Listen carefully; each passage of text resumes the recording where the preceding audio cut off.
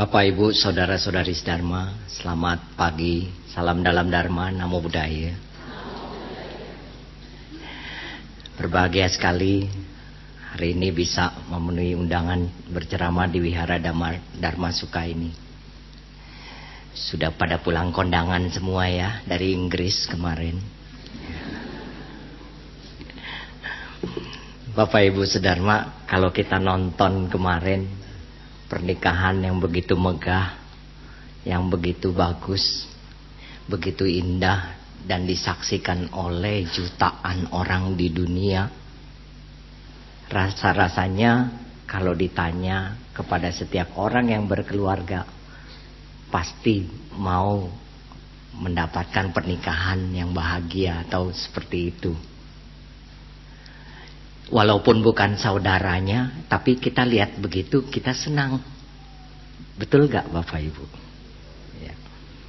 Walaupun gak ada kerabat, gak ada hubungan apa-apa, kita gak kenal juga, tapi melihat hal itu, kita pikirannya turut mudita cita, turut bahagia melihat perkawinan yang seperti itu. Bapak Ibu, saudara-saudari Dharma, tidak gampang menikah itu. Pacaran tidak gampang, apalagi sudah menikah. Kalau pacaran, cakepnya kelihatan terus. Kenapa saya bilang cakepnya kelihatan terus? Kalau datang, biasanya yang cewek atau yang cowok itu sudah dandan dengan cantik, berusaha tampil sebagus mungkin di depan pacarnya. Tapi kalau sudah menikah beda, lihatnya daster terus. Kenapa lihatnya daster terus? Mau pergi kerja nih pagi-pagi, istri kan baru beres-beres siapin sarapan apa, daster. Belum mandi kan dia ya. Pulang kerja sore dia udah mandi, daster lagi.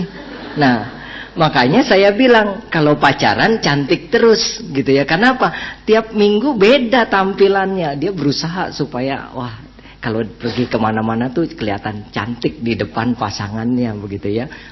Bapak Ibu, saudara-saudari Dharma, makanya kalau bisa ya memang harusnya ya seperti pacaran terus begitu ya.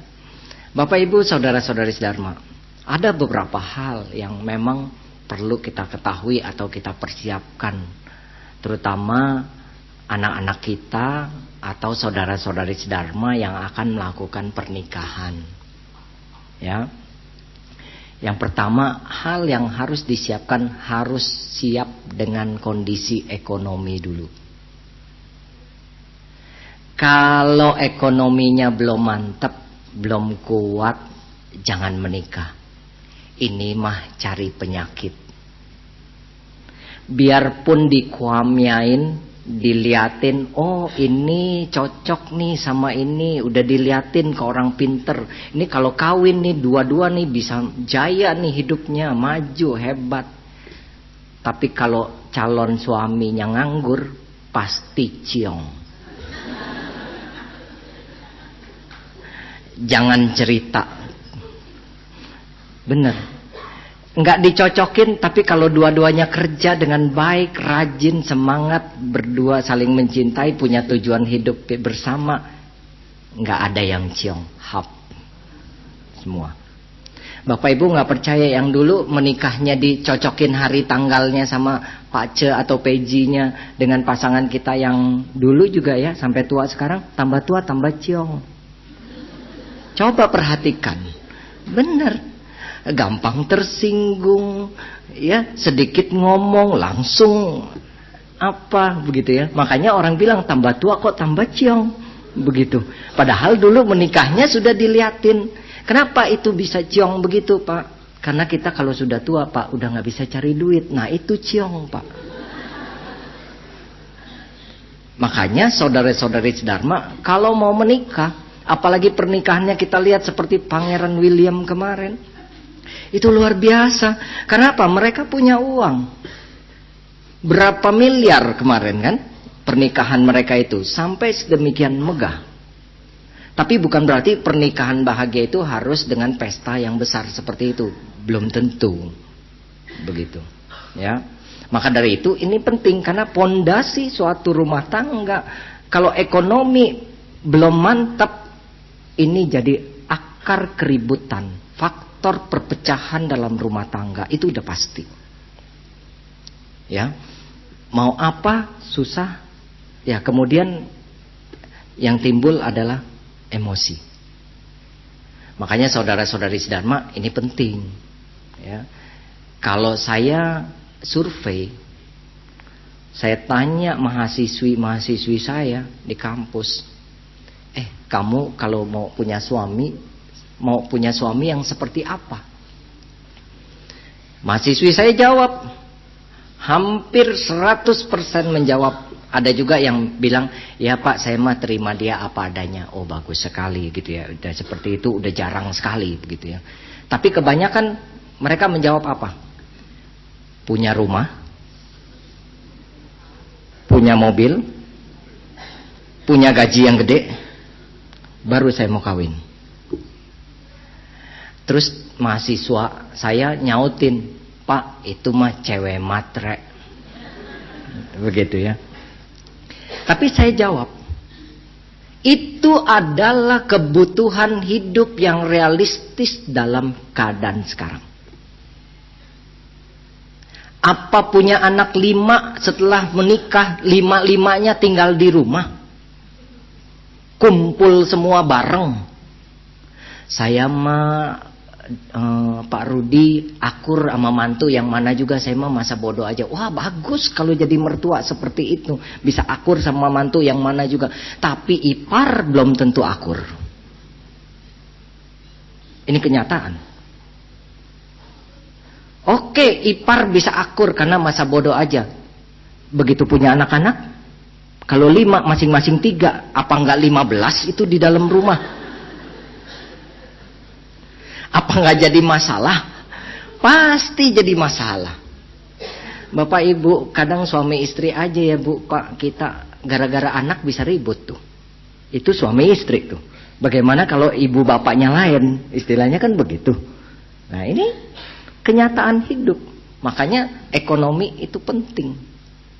Punya rumah, punya kendaraan. Kenapa? Kondisi saat ini orang dituntut untuk bisa memiliki kendaraan. Paling tidak kendaraan roda 2. Seperti itu. Kemarin lusa saya pulang dari kampus. Saya lagi jalan, di belakang, di depan mobil saya itu ada bapak sama ibu naik motor lama betul jalannya. Aduh, saya pikir ini orang naik motor lama bener. Terus ibunya sambil gendong anak di samping. Anaknya kurang lebih umur 4 tahun, dia gendong begitu. Terus saya berpikir, ini ibu apa nggak bahaya ya anaknya digendong di pinggir begitu? Orang taruh di tengah dong. Saya duluin, begitu saya duluin saya kaget. Kenapa? Rupanya di tengah juga ada lagi, di depan bapaknya ada lagi. Itu luar biasa itu. Naik motor, jadi anaknya 3, suami istri 2, 5 satu motor, bisa tuh. Itu baru motor. Saya berpikir bagaimana kalau dia punya Avanza begitu, 15 masuk tuh mobilnya. Motor aja 4, motor aja 5 gitu kan, bisa dia bawa gitu ya. Nah, seperti itu. Bapak Ibu, saudara-saudari sedherma, kalau kondisinya seperti itu sangat berbahaya, bukannya bagus.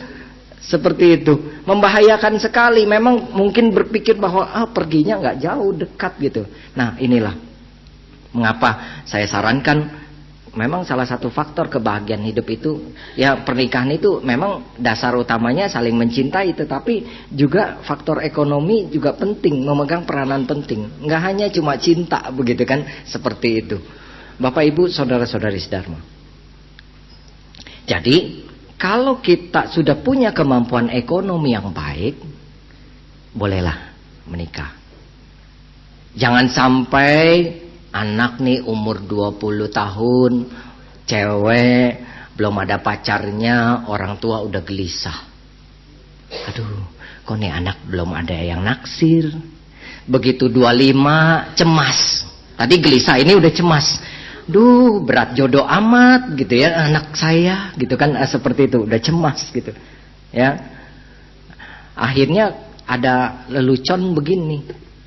Dulu saya sekolah, kalau ulang tahun 17 Sweet 17 bilangnya siapa gue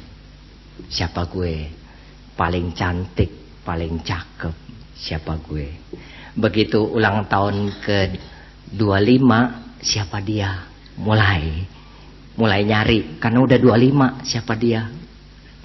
Begitu ulang tahun ke 35 belum menikah, siapa saja katanya.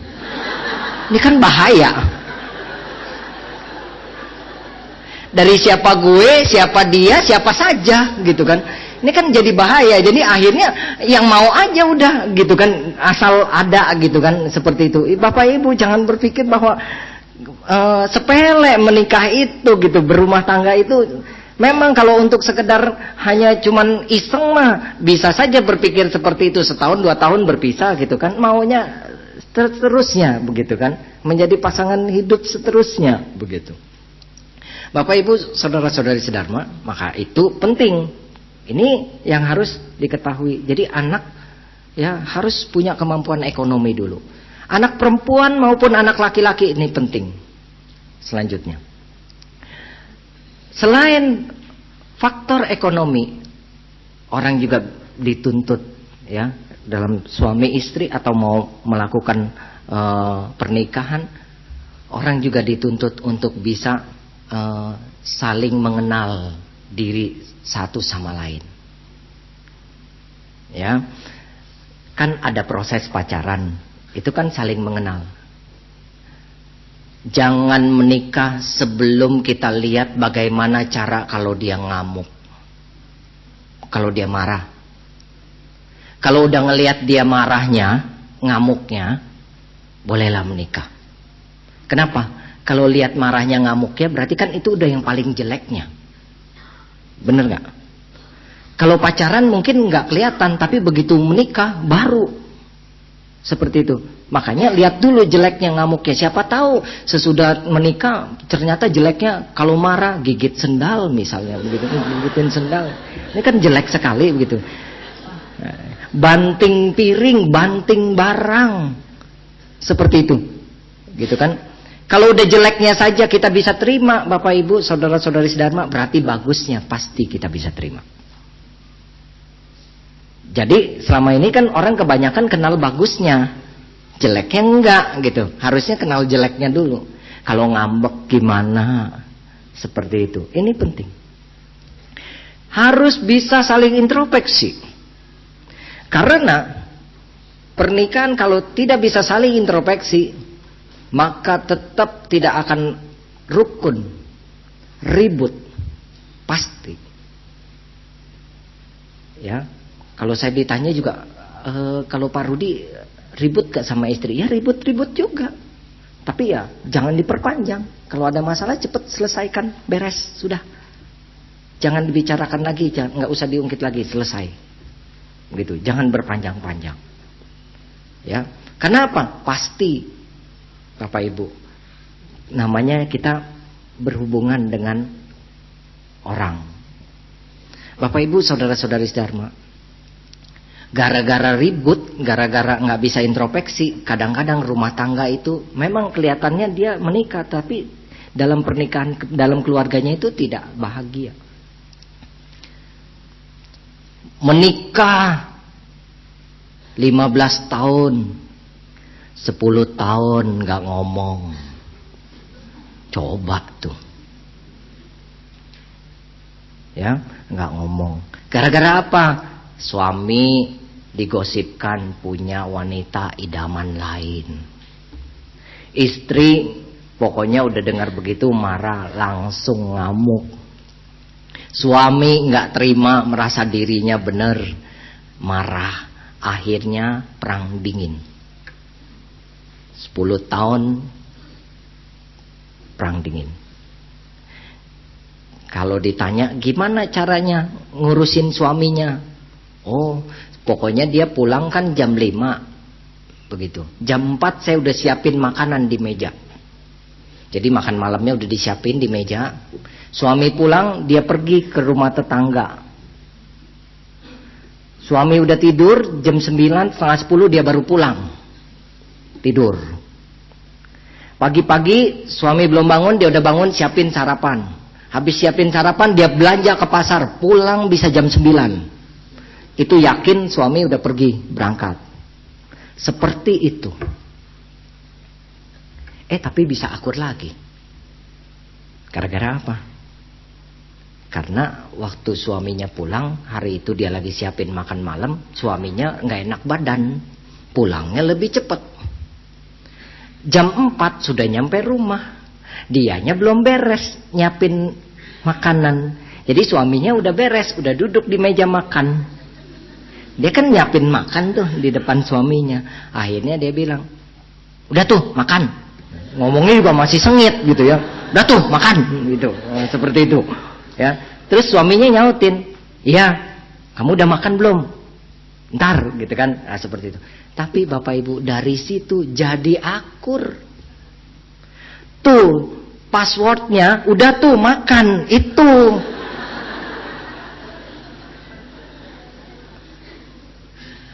Artinya apa? Komunikasi. Bisa lihat ke dalam begitu. Kalau orang ditanya lagi ribut suami istri atau pasangan nih lagi pacaran, kalau ditanya udah pasti paling bener kita. Bener. Terus kalau dibilang udah deh kamu ngomong dulu, minta maaf duluan, nggak nantinya Rudi. Dia yang salah, dia yang minta maaf, sorry aja ya, gitu. Tuh, sombong, gitu kan? Seperti itu. Jadi nggak boleh seperti itu.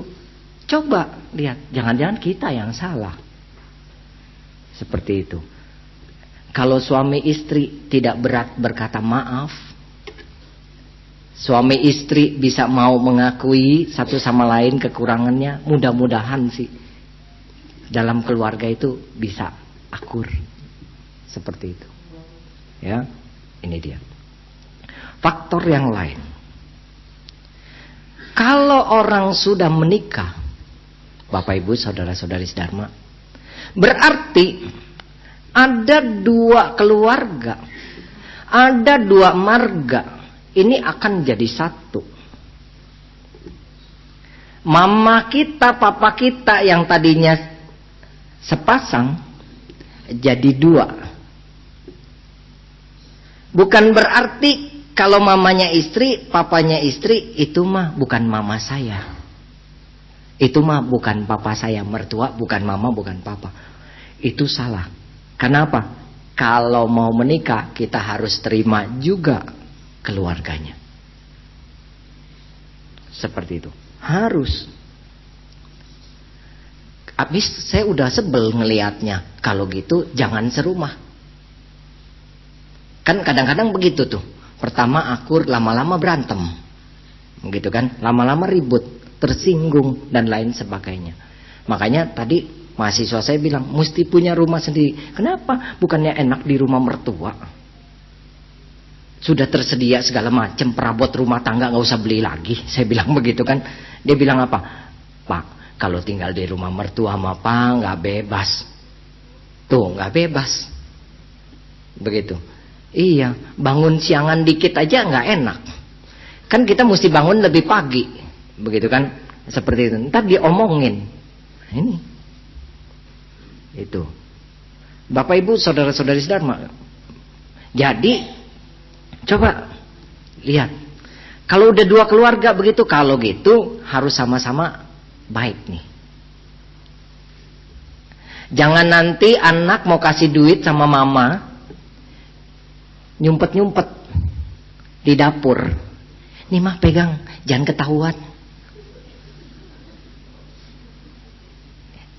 Ada yang kayak begitu. Karena kalau ketahuan istrinya nanti jadi ribut. Atau si istri juga begitu. Kalau mau kasih mamanya juga begitu. Sembunyi-sembunyi. Seperti itu. Itu tidak baik. Harusnya adil. Tetap sama. Perlakuannya juga sama. Seperti itu. Makanya Bapak Ibu, saudara-saudari sedharma, nggak gampang untuk menikah itu. Makanya harus siap juga. Siap dalam hal ini, bisa menerima kondisi keadaan kedua belah pihak.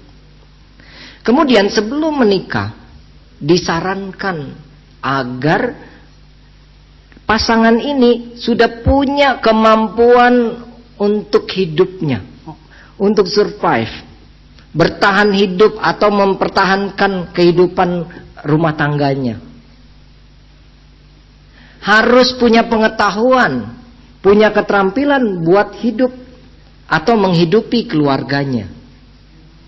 Jangan sampai nanti sudah menikah, punya anak, terus sering main ke rumah. Kalau si nenek datang cucu mah girang banget, ya. Tapi datangnya tiap minggu. Udah gitu kalau mau pulang, papanya bilang begini, "Mah, ada duit nggak?" Buat apa? Beli susu. Tuh. Dari muda beli susu ya buat anak. Udah jadi nenek, udah jadi kakek, beli susu juga. Buat cucu. Ini tidak boleh seperti itu. Harusnya sudah santai, sudah lepas, istilahnya begitu kan. Sudah lebih santai, lebih enak hidupnya, menikmati masa tua dengan baik, begitu.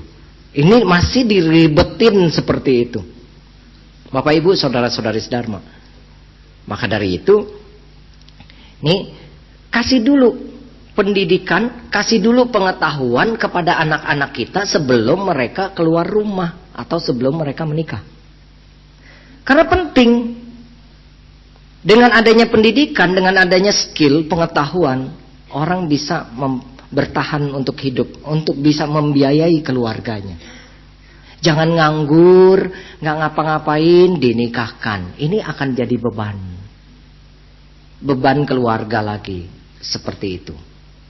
Ya, Bapak Ibu, saudara-saudari sedharma, kenapa saya bilang pendidikan juga penting sebelum anak itu menikah, atau pengetahuan keterampilan buat hidup itu penting sebelum menikah?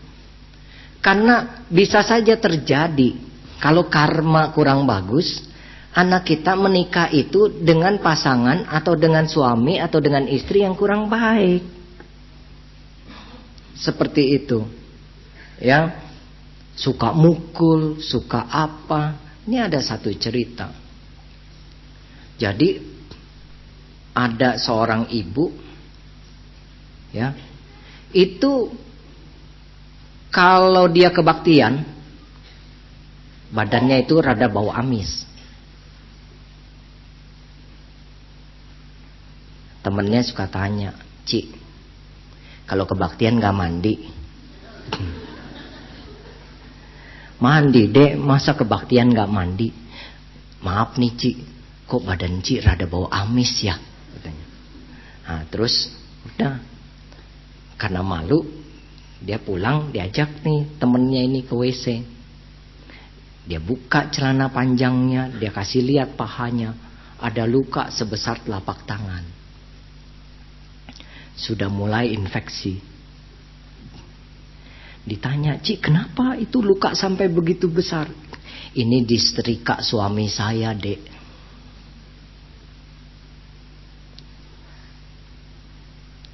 Kain disetrika rapi, kulit disetrika keriting.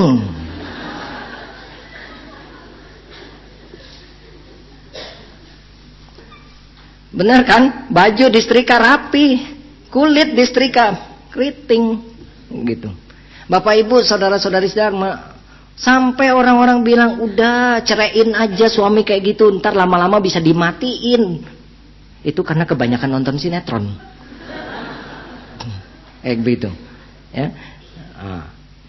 Ceraiin aja kayak begitu. Ada yang bilang, "Udah racunin mendingan." Nah, tuh lebih parah lagi, diracunin, begitu kan? Seperti itu, ya. Bapak Ibu, saudara-saudari sedharma, kita bisa ketawa saat ini kalau kita ngedenger cerita itu. Karena apa? Itu tidak kita alami sama anak kita. Tapi suatu saat anak kita mengalami itu, ibu bapak masih bisa ketawa? Tidak bisa. Karena apa? Karena salah pilih pasangan hidup. Seperti itu. Salah pilih orang yang diajak buat hidup bersama. Demikian. Jadi suaminya pemabuk, suka judi, kalau pulang minta duit, harus ada, nggak ada pukul. Kebetulan pulang minta duit nggak dikasih, istri lagi setrika pakaian, setrikanya diambil, ditempel. Itu yang terjadi. Bapak Ibu, saudara-saudari sedharma, kalau dulu memang belum ada hukum yang memayungi kekerasan dalam rumah tangga ini. Kalau sekarang ada, jangan main-main Pak, Bu. Iya, bisa dikurung nih kita suami 5 tahun. Kalau gitu, benar. Seperti itu, jangan main-main. Ada perlindungan anak.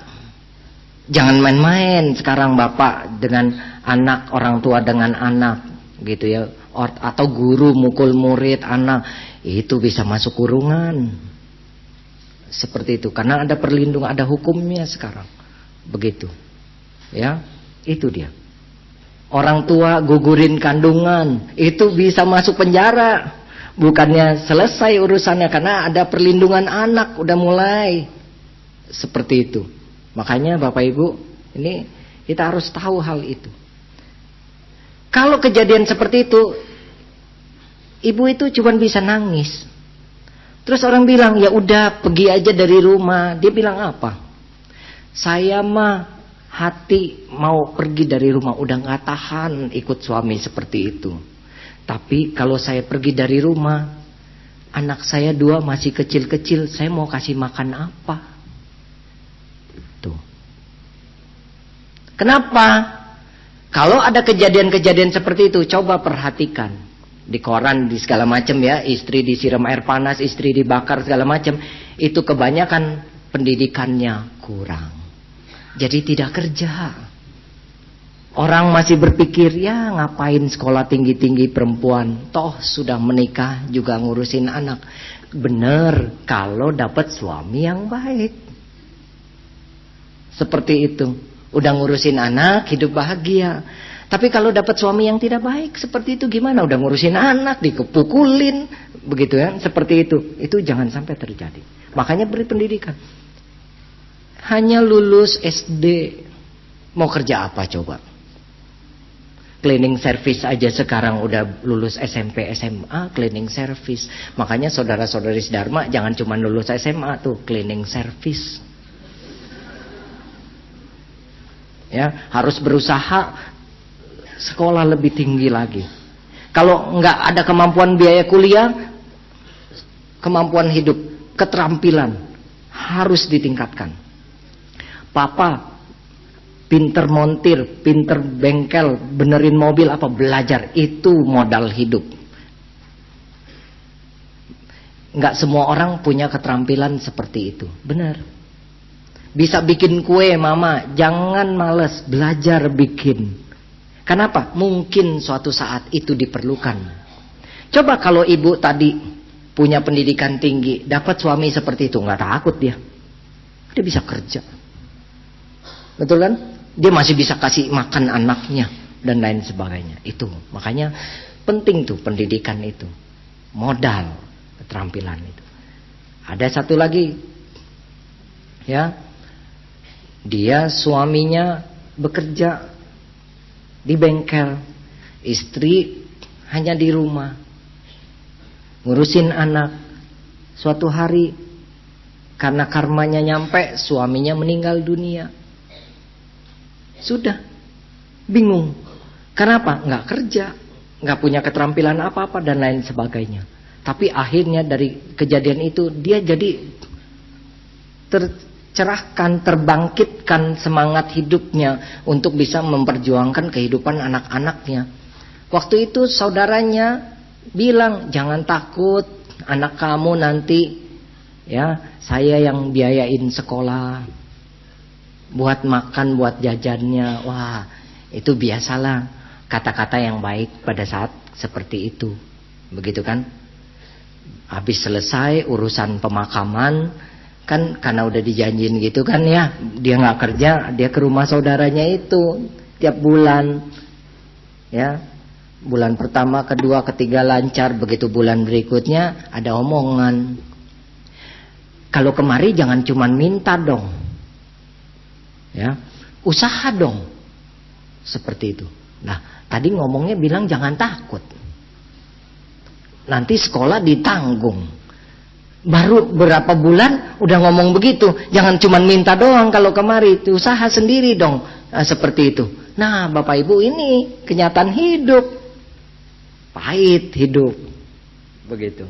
Saudara boleh banyak duit, nggak ada saudaranya. Apakah duit kita bersaudara? Enggak, masing-masing kan. Masing-masing duit kita. Gitu. Ya, siapa yang mau dompet saya adalah dompetmu, dompetmu adalah dompet saya, enak aja katanya. Iya, ya, makanya duit nggak ada saudaranya, begitu. Bapak Ibu, saudara-saudari sedharma, saudara boleh banyak yang kaya, tapi belum tentu. Kenapa? Yang harus berjuang untuk bisa mempertahankan hidup, melindungi diri sendiri, untuk kebutuhan keluarga sendiri adalah kembali kepada diri kita sendiri. Makanya jadilah pulau pelindung untuk dirimu sendiri. Jangan bergantung kepada orang lain. Ini paling sedih, orang yang nasibnya tergantung kepada belas kasihan orang lain. Seperti itu, Bapak Ibu. Bapak Ibu, saudara-saudari sedharma, kalau tidak punya pendidikan tinggi, keterampilan tuh penting. Ya. Enggak setiap orang punya keterampilan. Ada orang pintar bikin kue. Rajin, coba ditingkatkan, dikembangkan kemampuannya.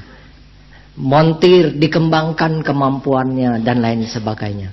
Kenapa? Enggak semua orang punya keterampilan itu. Saya sarjana, tapi kalau mobil mogok bingung. Iya. Kalau komputer ngadat ngerti. Kalau mobil mogok bingung saya karena bukan bidangnya. Mau ngapain coba? Kenapa? Mau dibuka kapnya juga mau diapain coba? Kabel mana yang mau dicopot, ditarik segala macam, gitu kan? Tapi kalau montir, begitu mogok, dia buka kapnya, dia udah tahu penyakitnya. Nah, itu kemampuan hidup, skill. Ya, keterampilan itu tidak bisa dibeli. Itu dari pengalaman. Makanya kalau nggak punya pendidikan tinggi, itu penting. Papa mama punya toko, dagang, belajar dagang. Ya, jangan punya alasan, aduh kok saya mah nggak bakat di situ. Belum dicoba kok udah bilang nggak bakat. Kadang-kadang anak-anak sekarang begitu. Aduh Pak, susah. Belum dicoba kok udah bilang susah. Seperti itu. Terus kalau udah susah udah. Saya nggak bisa Pak, udah nggak bisa itu. Udah susah. Gitu. Nah, udah repot dah. Kalau seperti itu. Kenapa? Semangat juangnya itu kurang. Makanya saudara-saudari sedharma, kita sebagai Buddhis nih harusnya punya semangat juang hidup lebih tinggi daripada yang lain. Kenapa? Kita memperbaiki karma kita. Kalau sekarang sudah bisa, kehidupan kemudian kita meninggal dunia, kehidupan akan datang. Apa kita nggak sekolah lagi? Sekolah lagi tuh, dapat pelajaran yang sama. Kalau kehidupan lampau kita udah pernah bisa, itu cepat sekali kita bisa. Kenapa? Kesadaran kita masih ada tuh. Makanya jangan heran ada orang dengerin guru, nggak pernah nyatet, nggak pernah apa, dia cuma dengerin aja. Tapi kok dia bisa? Gitu kan? Ada yang cuma belajar baca la sambil nonton TV nyala, radio nyala, dia baca, hafal. Gitu kan? Seperti itu. Baru baca sebentar, tek, selesai. Udah, bisa.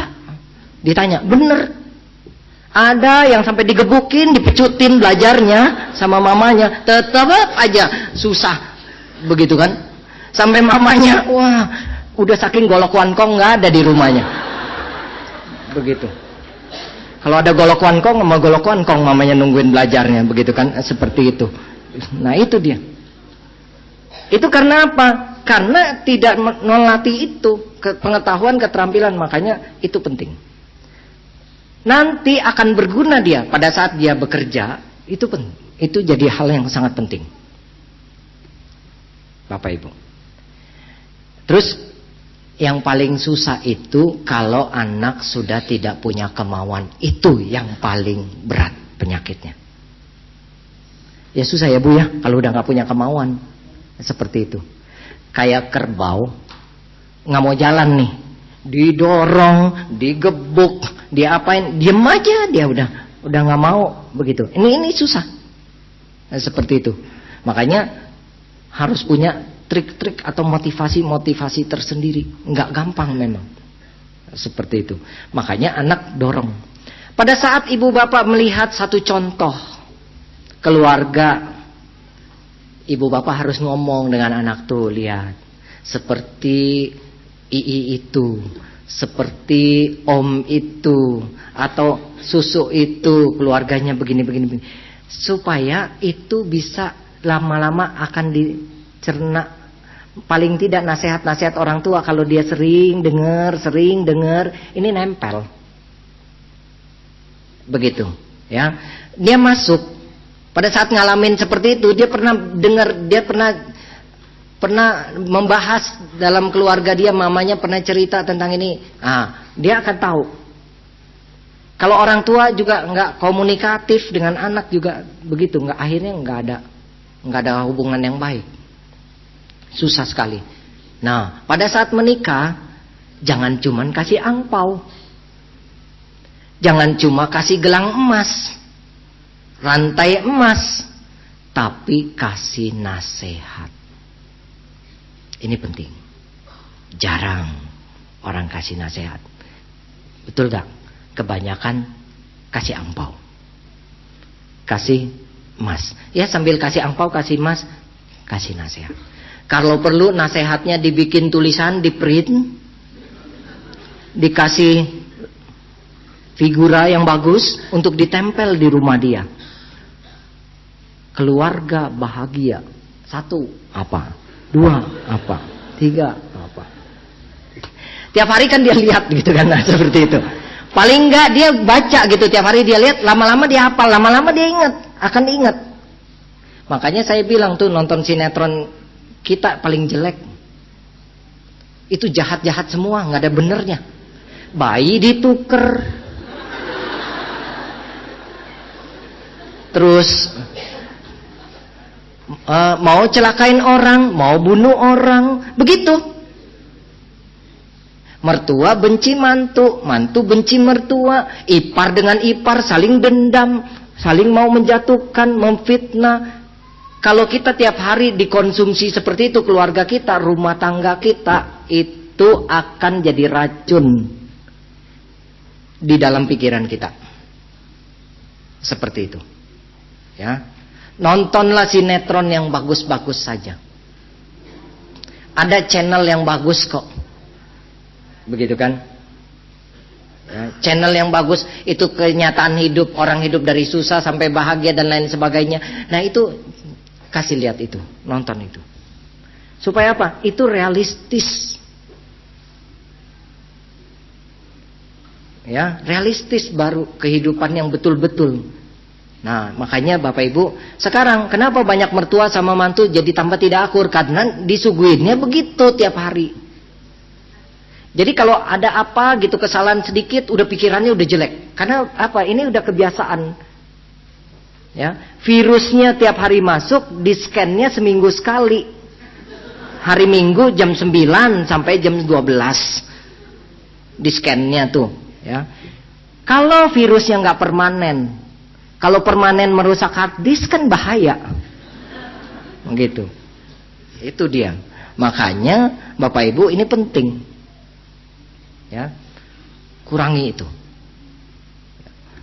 Berilah atau nontonlah tontonan yang baik. Bacalah buku-buku yang bermanfaat baik, begitu. Seperti itu. Jadi ini pengetahuan, makanya itu sangat penting sekali sebelum orang menikah. Jadi kalau sudah siap, sekolahnya beres dulu, jangan dinikahkan dulu. Sekolah belum beres, dinikahkan dulu. Biasanya jadi nggak selesai. Itu banyak pengalaman. Pak Rudi kalau udah kecelakaan gimana? Itu lain cerita. Iya, udah kecelakaan begitu kan? Seperti itu. Itu lain cerita. Kalau mahasiswa saya bilang begini, Pak kalau udah di DP gimana? Waduh, di DP saya bilang. Dikasih uang muka katanya, seperti itu ya. Itu gimana gitu ya, seperti itu. Ya tanggung jawab begitu. Ya. Bapak Ibu, saudara-saudari Dharma, ini dia. Makanya hal-hal ini perlu diketahui. Inilah modal dasar orang dalam rumah tangga. Seperti itu. Makanya ini penting. Terakhir, kalau sudah bisa berpacaran, saling kenal, kemudian bisa menerima satu sama lain sampai menikah, maka prinsipnya harus semuanya serba setara. Seperti sumpit, sama panjang, sama bentuk. Jadi kalau sudah jadi suami istri, nggak boleh memandang rendah satu sama lain derajatnya, tidak boleh. Kalau saya dulu waktu menikah, Pak Rudi, saya yang biayain semua, keluarga saya. Jadi dia mesti nurut tuh sama saya. Nah ini nggak boleh nih, ada omongan seperti itu. Kenapa? Karena memandang rendah yang lain. Saya kan suami yang nyari duit, istri menurut aja semuanya. Itu tidak boleh. Harus sama derajatnya. Tidak boleh dianggap rendah. Apalagi menikah satu kaya, satu susah. Nah ini tidak boleh. Kalau sudah mau menikahi berarti harus terima.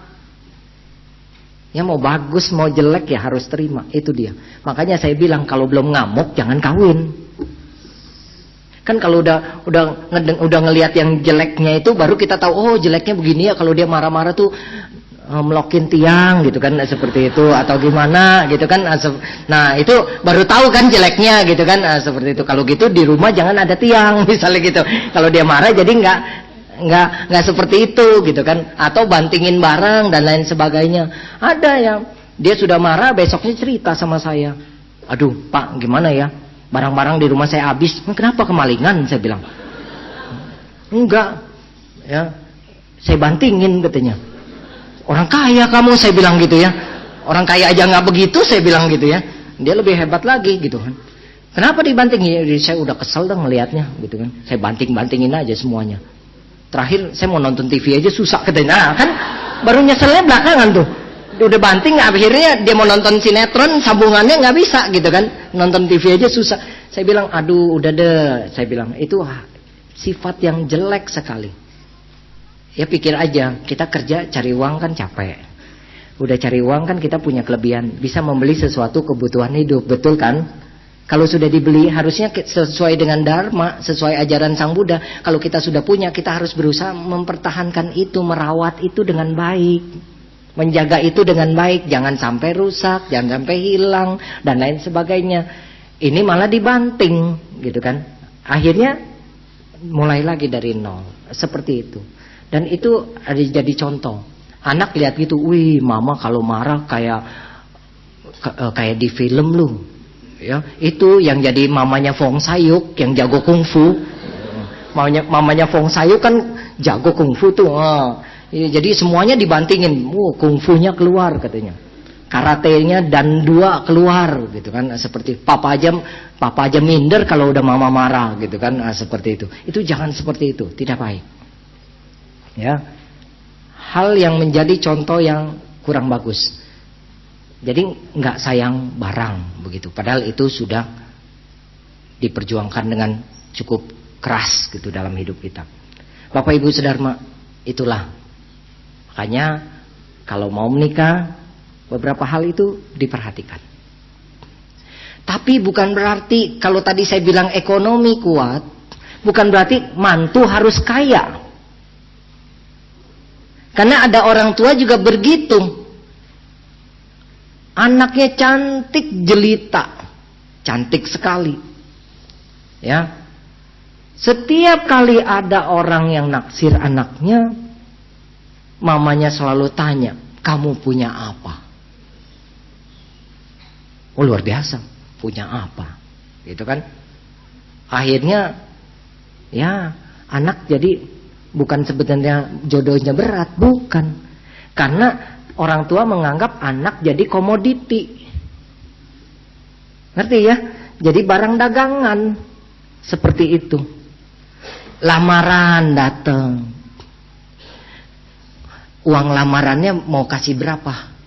Jangan ditanya begitu. Gitu kan, seperti itu. Kalau nggak naro 500 juta mah jangan dah. Nah lu, celaka dah. Ya, emang zamannya Aladin. Begitu ya. Waktu melamar dia tinggal gosok lampu ajaibnya, keluar jinnya bilang, nih saya mau ngelamar putri, dayang-dayang segini, uang segini, siap. Begitu, enggak seperti itu. Ya. Paling penting adalah apa? Sikap, attitude. Kalau kita lihat sikapnya baik, attitude-nya baik, maka ini adalah golongan orang-orang yang punya kemampuan untuk maju dalam hidupnya. Itu paling penting dulu, sikap, attitude itu. Attitude yang baik gimana? Rajin, sopan, kerja keras. Ini attitude yang baik, yang bisa membuat orang maju. Mungkin pada saat dia menikah dia belum maju hidupnya, tapi sesudah menikah tambah lama tambah bisa maju hidupnya. Karena apa? Karena ada karakter yang baik ini, attitude yang baik ini. Seperti itu. Ya, itu. Makanya habis itu udah siap semuanya yang tadi saya bicarakan, baru udah ke wihara. Urus pemberkatan. Cari cincin. Nanti di wihara kan tukar cincinnya. Kenapa tukar cincin? Kok nggak tukar celana? Orang pemberkatan tukar cincin ya Pak, betul nggak? Karena cincin itu ada artinya. Artinya cinta sama cinta. Cia.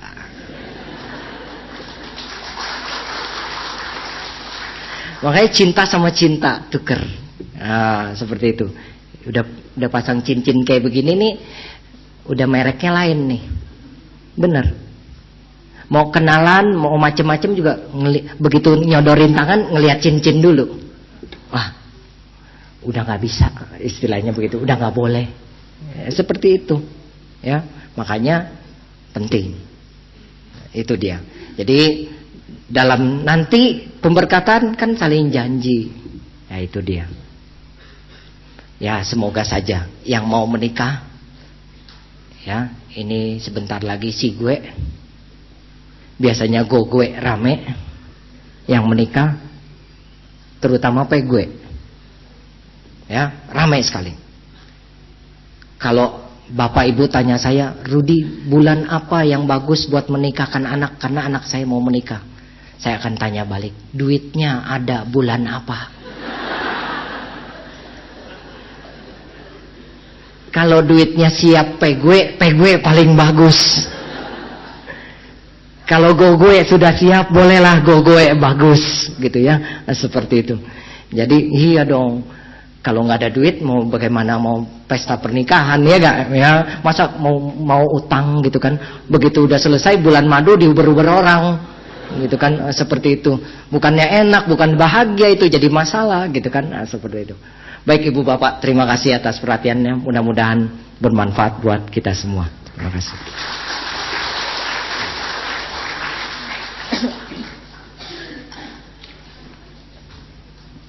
Baik, ada yang bertanya secara lisan, kami persilakan terlebih dahulu. Sebelum pertanyaan secara tulisan dibahas.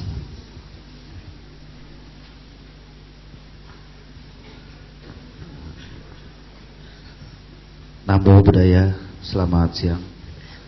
Terima kasih Pak Rudi. Pertanyaan saya, Buddhis terkenal dengan kata ehipasiko, datang, lihat dan buktikan. Tapi kalau masyarakat awam yang menjalani kehidupan, ini ada dua perbedaan dualisme ya. Kalau kita mengikuti dalam segi ajaran Buddhis yang sebenarnya, Berdosakah kalau orang yang berbisnis berkata yang sebenarnya? Arti katanya misalkan kita bisnis, usaha atau dagang, modal A sekian, 500.000. Tapi kita beragama Buddhis, kalau kita mengikuti atau mempelajari kehidupan dalam agama Buddhis, kita harus jujur. Ini modal 500, saya jual 500.000, otomatis si pembeli nggak akan mau. Itu pertanyaan saya. Kedua, dalam berumah tangga, kehidupan itu berdasarkan jodoh dan karma buruk. Kalau memang kita sudah berusaha semaksimal mungkin, tapi masa lampau karma buruk kita terlalu kuat, kehidupan kita di dunia ini rata-rata umumnya orang sudah berusaha bangun pagi, kerja keras, pendidikannya tinggi, tapi faktor ekonomi dia rendah. Ya, solusinya seperti apa? Kalau memang karena kita berpatokan dengan karma buruk, ya mungkin itu saja. Terima kasih.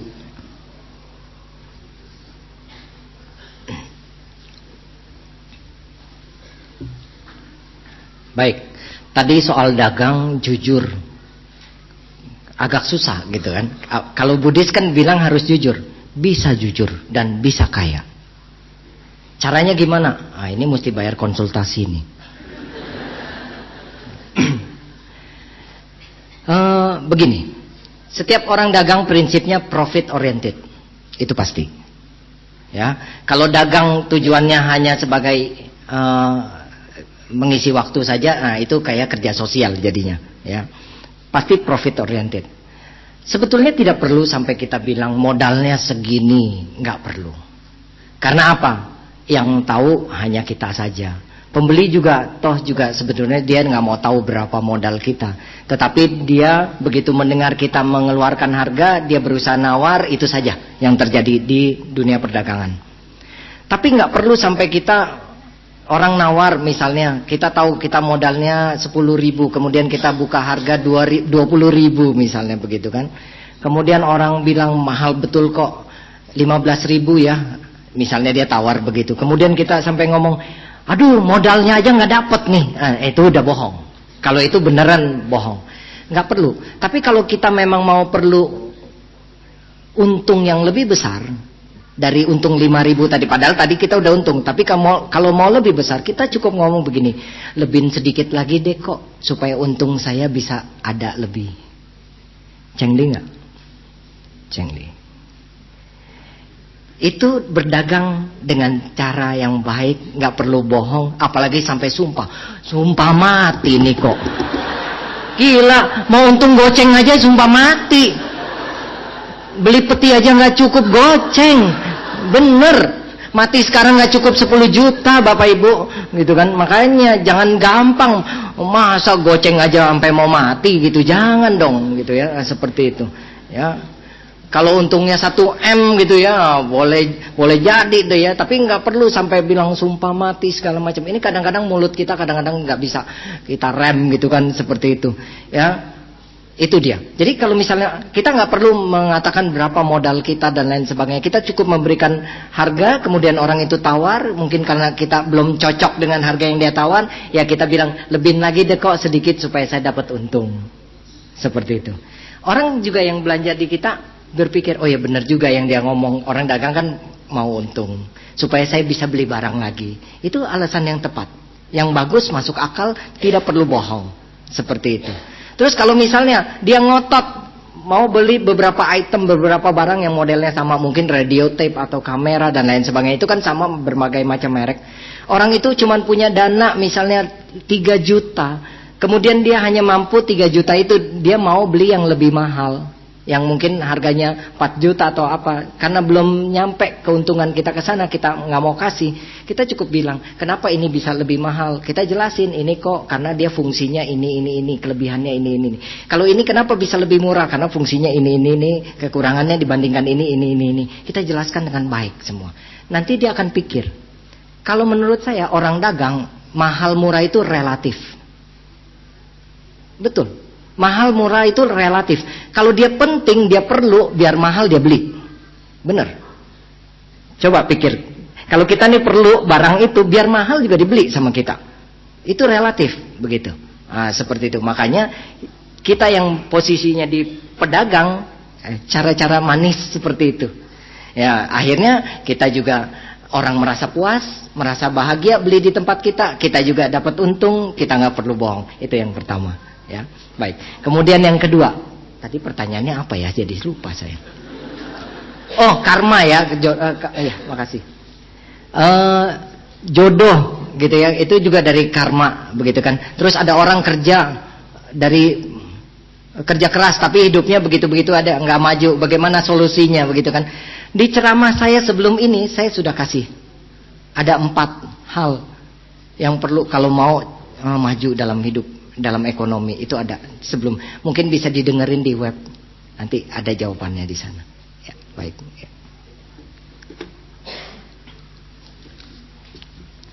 Kemudian pertanyaan lewat kertas. Teman saya cowok 30 tahun dijodohi orang tuanya di daerah. Oh, masih ada yang kayak gini ya. Padahal mereka belum pernah bertemu sama sekali. Tapi orang tua sangat suka dengan calon mantu itu. Bahkan minta supaya bulan 10 harus menikah. Wah, ini dia. Katanya kalau sampai tidak nikah tidak akan diakui jadi anak. Ultimatum ya. Saya kasihan dengan teman saya, dia jadi pemurung, produktivitas menurun. Kalau yang namanya orang sudah umur 30 tahun, itu bukan anak kecil lagi yang diatur oleh orang tua dalam hidupnya. Justru harusnya dia sudah bisa mengatur buat diri dia sendiri, bahkan dia sudah harus bisa membantu orang tuanya. Harusnya begitu. Begitu ya, untuk 30 tahun ini. Saya tidak tahu karena ini dari posisi menceritakan pihak orang tuanya lebih banyak. Karena umur 30 tahun belum dapat jodoh, ada beberapa faktor. Yang pertama mungkin karena memang dia terlalu disibukkan dengan karirnya, itu yang pertama. Yang kedua, sikap. Banyak orang tanya saya, Ko Rudi, saya udah umur, ada yang juga sempat ngomong 32. Habis ngomong-ngomong sama saya, sebulan kemudian dapat pacar. Tapi yang berat jodoh jangan konsultasi sama saya, bukan tukang ini nih, bukan biro jodoh nih ya, bukan. Cuman diajak ngobrol aja sama saya gitu kan, seperti itu. Jadi 30 tahun itu sikap kebanyakan. Pulang kerja nggak mau sosialisasi, di rumah aja. Seperti itu. Saudara datang juga nggak keluar kamar, nggak ngobrol, nggak apa. Ini adalah sebetulnya jodohnya nggak berat, sebetulnya bisa dapat jodoh, cuman karena sikap dia. Seperti itulah yang menyebabkan dia tidak dapat jodoh, karena dia tidak terhubung dengan dunia luar. Seperti itu. Kalau temennya ngadain kumpul-kumpul, reuni atau apa, nggak pernah datang, ngapain lah. Seperti itu. Nah inilah yang akhirnya membuat dia susah untuk melangkah mencari pasangan hidup. Tapi jangan berpikir ya, kalau orang itu menikah pasti bahagia, orang nggak menikah itu tidak bahagia. Belum tentu. Banyak kok orang tidak menikah tapi juga hidupnya tetap bahagia. Seperti itu. Itu adalah pilihan. Hidup ini pilihan, saudara-saudari sedharma. Jangan berpikir bahwa tadi udah umur 35 nggak ada siapa saja. Kalau menurut saya daripada siapa saja lebih baik tidak sama sekali, daripada nanti dapatnya salah. Gitu kan, seperti itu. Jadi harus betul-betul hidup itu pilihan. Salah gunting rambut penderitaannya sebulan. Benar, nih salah nih. Orang paling nanya saya, oh Pak Rudi gunting rambut di mana? Iya nih kependekan gitu ya dan lain sebagainya. Sebulan tuh, habis sebulan kan rambut saya udah panjang lagi, orang udah nggak ada yang nanyain lagi. Gitu.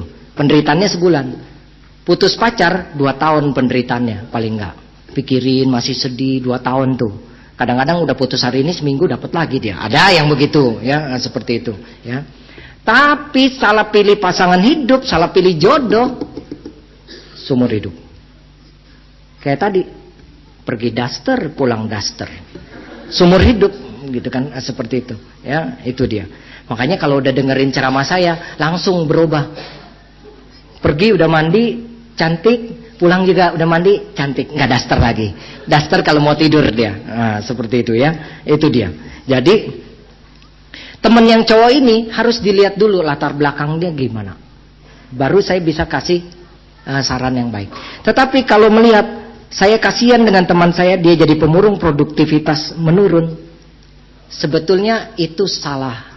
Kalau misalnya dia merasa tidak mau, istilahnya begini, memang orang tua mengultimatum Pak, dia kan jadi takut kalau nggak dianggap anak, begitu kan, seperti itu.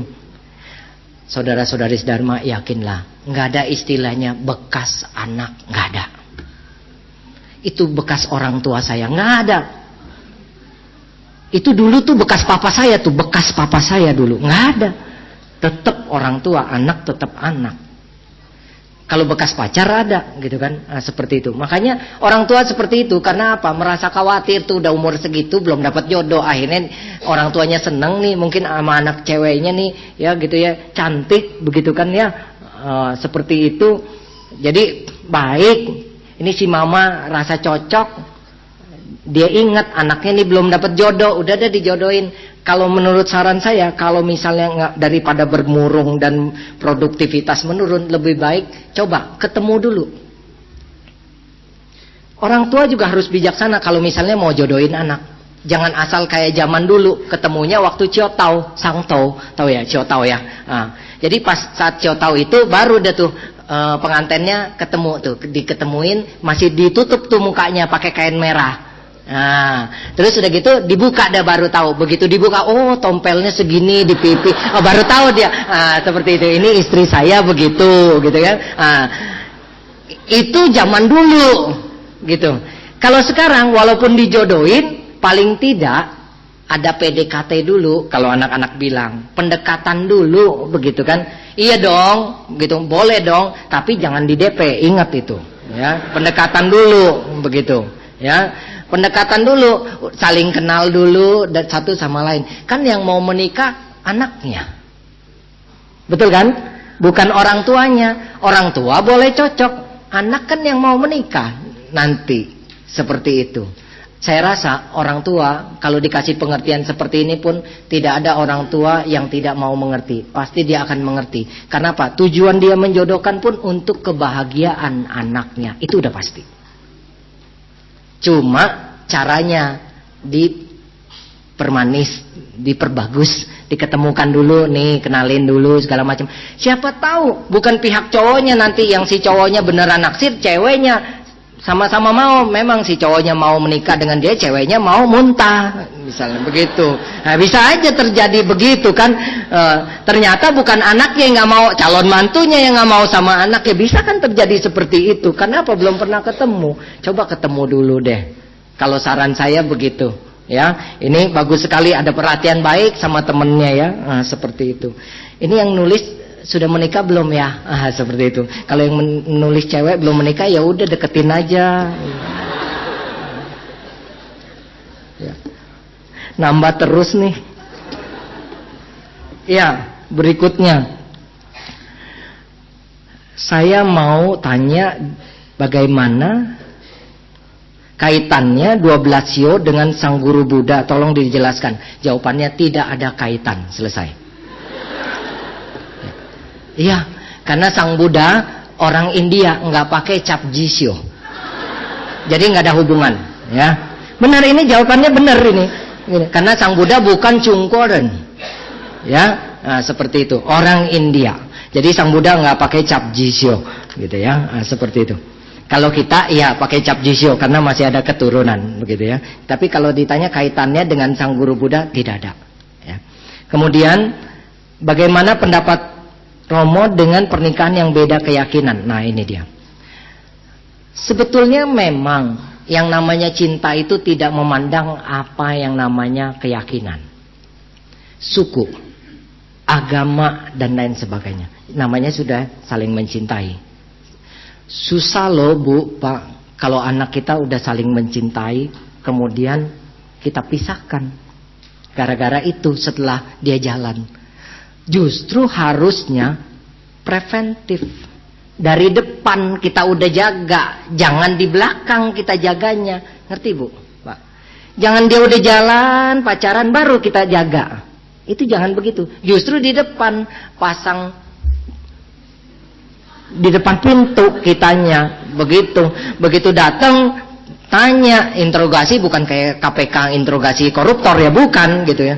Interogasinya ya tanya namanya siapa, tinggal di mana, ya orang tuanya siapa, agamanya apa. Kalau misalnya mau sama keyakinan nih, jangan nanti udah jalan 3 tahun baru tahu, terus orang tua nggak setuju. Ini susah kalau udah seperti itu.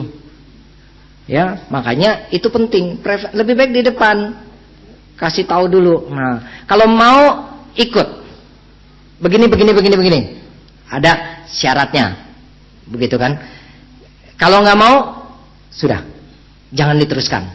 Karena ini dari awal belum jadi apa-apa. Tapi biasanya kalau orang benar-benar mencintai seseorang, dia rela berkorban demi pasangannya.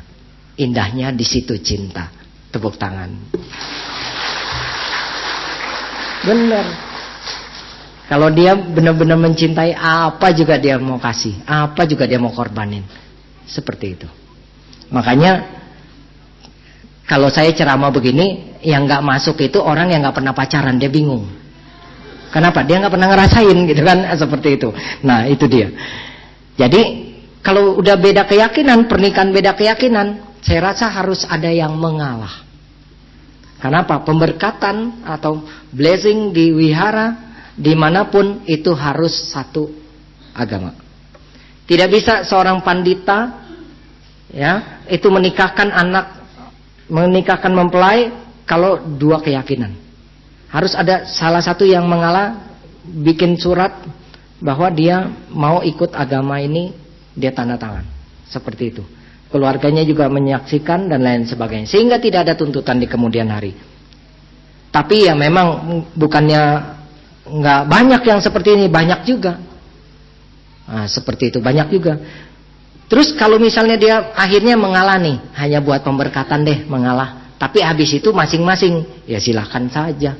Itu kan hak asasinya orang. Saya juga nggak bisa memaksa seperti itu gitu kan, hak asasinya seseorang.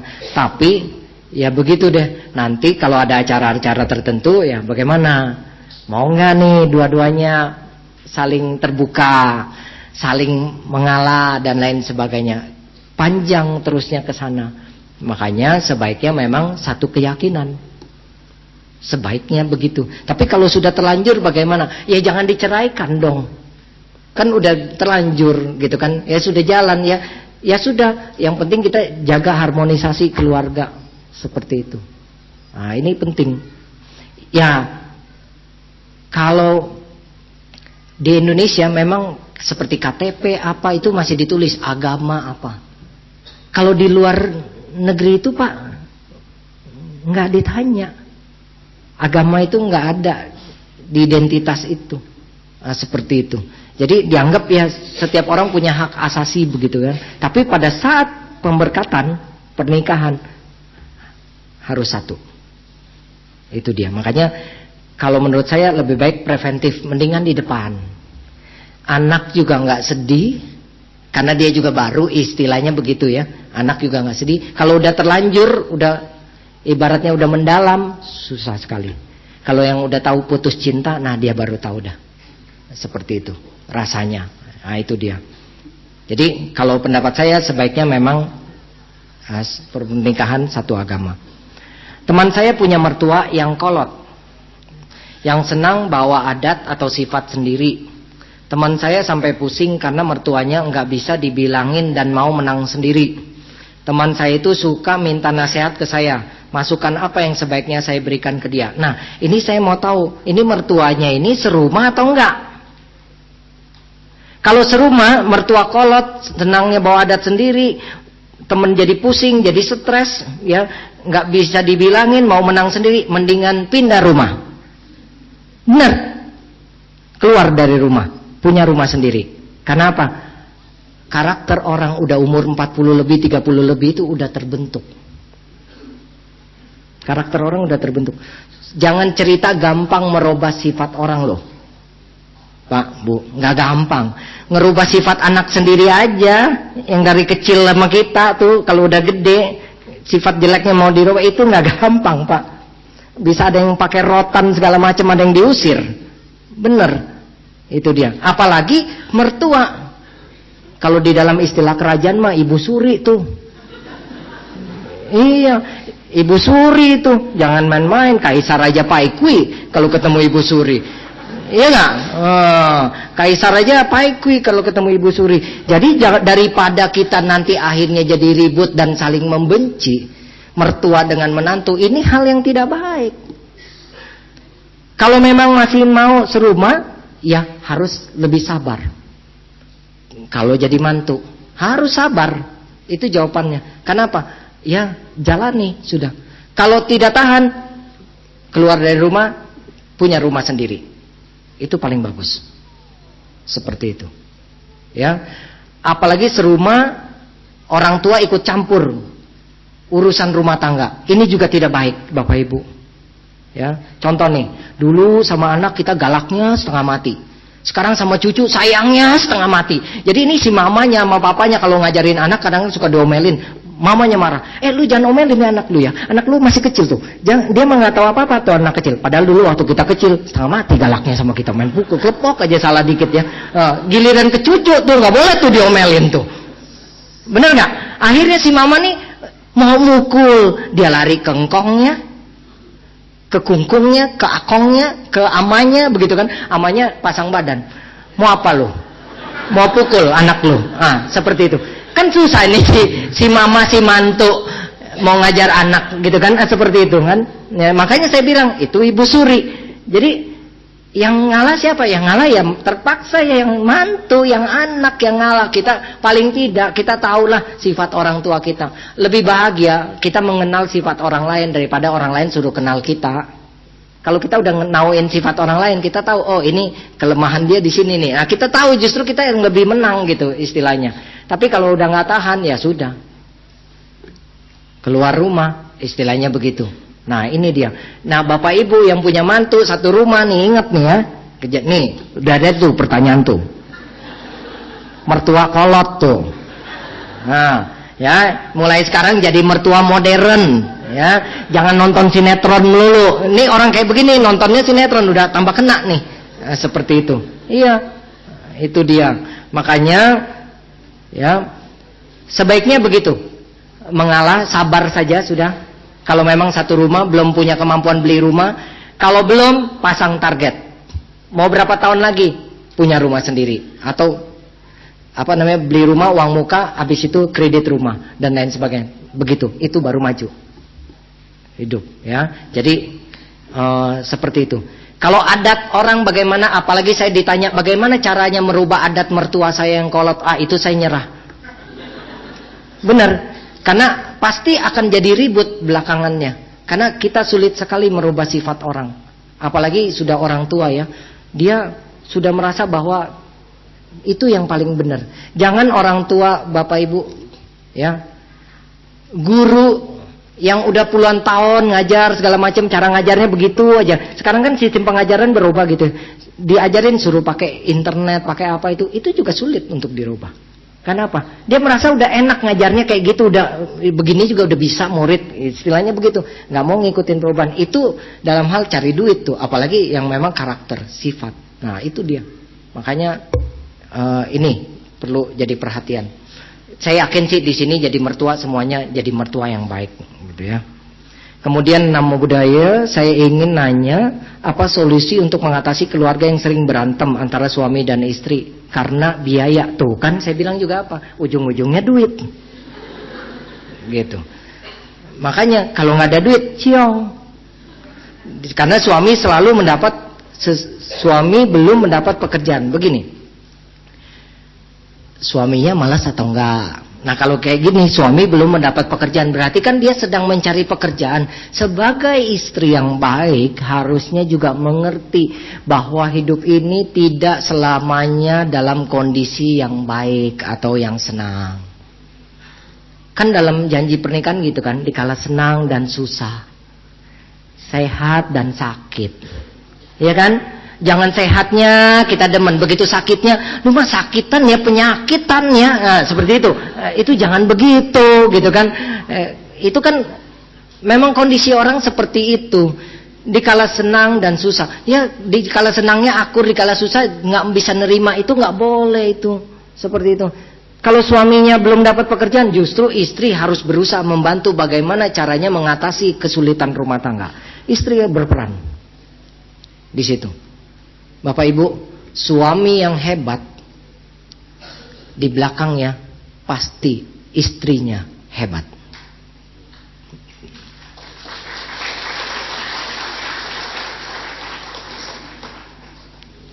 Coba dah perhatikan, pasti istrinya hebat. Banyak contoh orang sukses di Indonesia, banyak contoh orang sukses di dunia, presiden-presiden di dunia. Coba lihat istrinya, orang hebat juga. Seperti itu. Itu dia. Jadi suami istri memang harusnya seperti itu. Ya, suami belum dapat pekerjaan, istri yang bantu.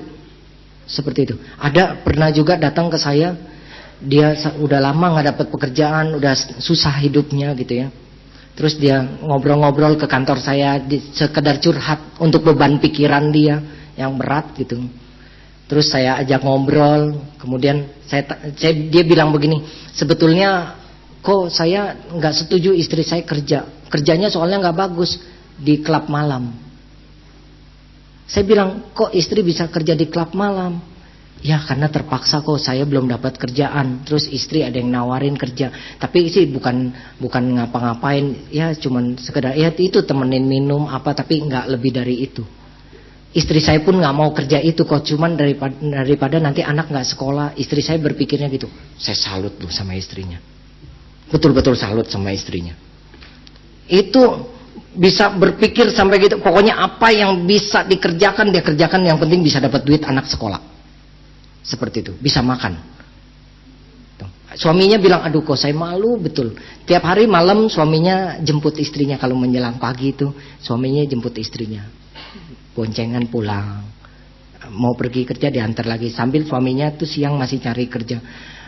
Ya saya suruh dia sembahyang gitu ya, rajin berbuat baik, walaupun dalam keadaan susah tetap harus berbuat baik. Bertekad, saya bilang, kalau lagi susah tuh bertekad, kalau saya dapat pekerjaan saya mau melakukan perbuatan baik apa gitu, seperti ini bertekad. 3 bulan kemudian dia telepon saya, kok saya sudah dapat kerjaan, istri saya pun saya udah suruh berhenti kerja. Oh ya bagus. Dan istrinya juga senang, dia berhenti kerja, dia ngurus anaknya lebih baik, dia udah dapat kerjaan dan sekarang hidupnya udah lebih baik. Seperti itu. Nah ini baru tuh gitu kan, saling mendukung. Saat suami susah, jangan istri marah-marah gitu, nggak mau nerima keadaan. Justru harus berpikir gimana nih caranya supaya ini bisa kita lewatin gitu. Nah seperti itu. Si suami juga jangan merasa istrinya udah kerja ini biarin aja gitu kan, gue jaga anak udah di rumah gitu kan. Seperti itu. Jangan berpikir gitu nih ya bapak-bapak ya, seperti itu ya, istri udah kerja enak kok Rudi, biarin saya gantian aja deh, saya yang jaga anak di rumah gitu, nganterin sekolah apa segala macem. Ya boleh aja sih kalau suami istrinya udah setuju begitu mah, cuman saya rasa kalau dua-duanya bisa bekerja itu juga lebih baik untuk kemajuan hidup anak-anaknya begitu. Nah itu dia. Jadi karena faktor biaya ini memang jadi penyebab yang paling sering terjadi di dalam rumah tangga. Tapi kalau misalnya sering berantem, coba dilihat dulu begitu ya. Kondisi ini kan nggak selamanya. Dan apakah dengan berantem urusan jadi selesai? Nggak selesai. Malah tambah ruwet, malah tambah pusing. Seperti itu. Akhirnya suami bukan nyari kerjaan, ngelayap. Benar. Karena mau pulang malas, entar jadi ribut mulu di rumah. Nah, kayak begitu kan lebih bahaya lagi. Terakhir, kalau temannya baik-baik, kalau berteman dengan yang bijaksana, kalau temannya juga pengangguran juga, nah ini kan jadi bahaya. Seperti itu. Jadi bahaya sekali. Makanya istri harus mengerti, suami istri juga harus mengerti seperti ini. Dan syaratnya kedua belah pihak ini harus berusaha nih, sama-sama punya tekad yang sama memperbaiki keadaan ekonominya. Harus. Mau kerja apa yang bisa dilakukan harusnya dijalanin dulu. Jangan sampai hidupnya terpuruk sekali, susah sekali. Itu dia. Terakhir, bagaimana pendapat Romo mengenai pernikahan beda agama? Saya udah jawab tadi. Toh kayaknya tidak semua pernikahan yang pasangan bisa langgeng seagama. Betul. Kan bisa masing-masing tetap beragama sendiri-sendiri. Apa pernikahan beda agama pasti tidak langgeng? Belum tentu. Ya bisa saja masing-masing jalan. begitu. Tapi ya itu, ya, karena masing-masing ya kita nggak bisa sama-sama gitu. Pada saat ada acara tertentu nggak bisa sama-sama seperti itu. Tapi apakah pernikahan beda agama ini tidak bahagia? Bisa aja tidak. Faktor yang bahagia tadi itu yang tadi saya bilangin. Terus jangan lupa komunikasi. Kenapa tambah tua tambah ciong? Kenapa? Karena tambah tua kita tambah sedikit ngomong. Coba perhatikan. Waktu pacaran, deket nih cerita apa? Bisa 3 jam tuh cerita, cerita 3 jam. Kalau lagi pacaran tuh bisa, ada aja tuh. Sebenarnya. Tapi kalau udah menikah, jarang ngomong. Mulai jarang ngomong. Tambah tua, tambah jarang ngomong. Nih, tambah jarang ngomong, tambah jarang pergi berdua. Seperti itu. Harusnya komunikasi tetap jalan terus. Tiap kali ulang tahun pernikahan, harusnya jalan tuh ke tempat pacaran di mana dulu. Duduk di situ lagi. Kalau masih ada tuh pohon asemnya di situ belum ditebang, nah duduk di situ berdua tuh. Nenek-nenek sama kakek-kakek tuh duduk berdua itu. Beli es krim kek, beli kacang kek, pokoknya makan dah di situ berdua, gitu kan. Tinggal orang yang lewat gitu, ini AI sama susu gitu ya, masih udah tua, berdua-duaan mesra bener, suap-suapan kacang gitu ya. Ya asal jangan ketelak aja ya, seperti itu. Itu kelihatannya sepele, tapi itu akan mengulang kembali memori yang lama. Dulu kita pernah pacaran di mana tuh, istilahnya gitu. Nah, itu di situ duduk.